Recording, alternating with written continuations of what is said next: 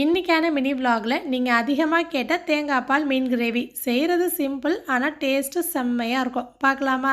1/2 kilo மீனை உப்பு மஞ்சள் தூள் போட்டு நல்லா க்ளீன் பண்ணி வச்சுருக்கேன். அந்த மாதிரிலாம் இந்த மீனை காடி பக்கின்னு சொல்லுவாங்க. எனக்கு பேர் சரியாக தெரியல. நீங்கள் எந்த மீன் வேணும்னாலும் எடுத்துக்கலாம். முதல்ல மீனுக்கு மசாலா போட்டுடலாம். காஷ்மீர் மிளகாய் தூள் கலருக்காக எடுத்திருக்கேன். கொஞ்சமாக மஞ்சள் தூள், உப்பு, 4-5 பூண்டு நல்லா இடித்து சேர்த்துட்டு சமையல் எண்ணெய், காரத்துக்கு மிளகாய் தூள், தண்ணி தெளித்த மாதிரி மசாலாவை மிக்ஸ் பண்ணிவிட்டு மீன் கூட ஃபுல்லாக அப்ளை பண்ணி எவ்வளோ நேரம் ஊற வைக்க முடியுமோ ஊற வச்சுக்கலாம்.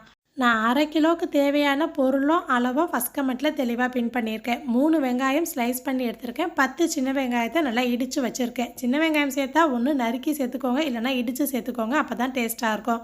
3 பச்சை மிளகாய் வச்சுருக்கேன். இந்த ரெசிபிக்கு புளி சேர்க்க மாட்டோம், தக்காளி அதிகமாகவே சேர்த்துக்கலாம். 3 தக்காளியை நல்லா பேஸ்ட்டாக அரைச்சி வச்சுருக்கேன்.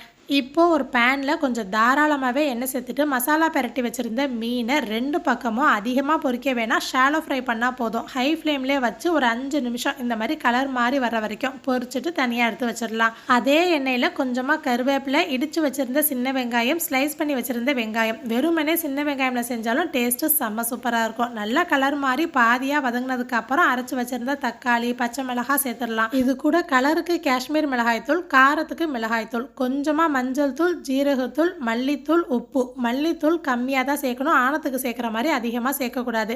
இப்போ தக்காளி மசாலா எல்லாம் பச்சை வாடை போகணும். மீடியம் ஃப்ளேமில் வச்சு 10 நிமிஷம் அப்படியே இருக்கட்டும். இந்த ரெசிபிக்கான மூச்சே தேங்காய் பால் எடுக்கிறது தான். நான் காட்டின அளவு தேங்காவை குட்டி குட்டி பீஸாக கட் பண்ணிவிட்டு மிக்சர் ஜாரில் போட்டு நல்லா அரைச்சிட்டு 1/4 கிளாஸ் மட்டும் தண்ணி விட்டு, அதிகமாக தண்ணி சேர்த்து அரைக்க வேணாம். 2வது பால்லாம் எடுக்க வேணாம்.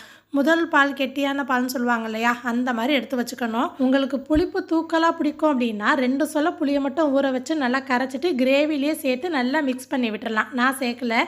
மசாலா எண்ணெய் பிரிஞ்சு வந்ததுக்கப்புறமா பொரிச்சு வச்சுருந்த மீன், கெட்டியான தேங்காய் பால் சேர்த்து நல்லா மிக்ஸ் பண்ணி விட்டுட்டு அதுக்கப்புறம் கரண்டி போட வேணாம். கரண்டி போட்டால் மீன் உடஞ்சிரும். இந்த மாதிரி அப்பப்போ குலுக்கி விட்டாலே போதும். ஸ்டவ் சிம்மில் வச்சுக்கோங்க. கொஞ்சம் நேரத்தில் எண்ணெய்லாம் பிரிஞ்சு வந்துடும். எந்தளவு திக்னஸ் வேணுமோ அதுக்கு தகுந்த மாதிரி வச்சு ஸ்டவ் ஆஃப் பண்ணிவிட்டு கடைசியாக கை நிறைய மல்லி இலை போட்டுட்டு அப்படியே மூடி வச்சுருங்க. அவ்வளோதான். மசாலா புளியெலாம் சேர்க்காம அந்த தேங்காய் பாலும் மீனும் சேரும்போது தான் செம்ம சூப்பராக இருக்கும். தேங்காய் பால் மீன் கிரேவி இல்லை பொரிச்ச மீன் கிரேவின்னு சொல்லலாம். கண்டிப்பாக ட்ரை பண்ணி பார்த்துட்டு எப்படி வந்துச்சுன்னு சொல்லுங்கள். இந்த ஷார்ட்ஸ் பார்த்தவங்களுக்கு தேங்க்யூ.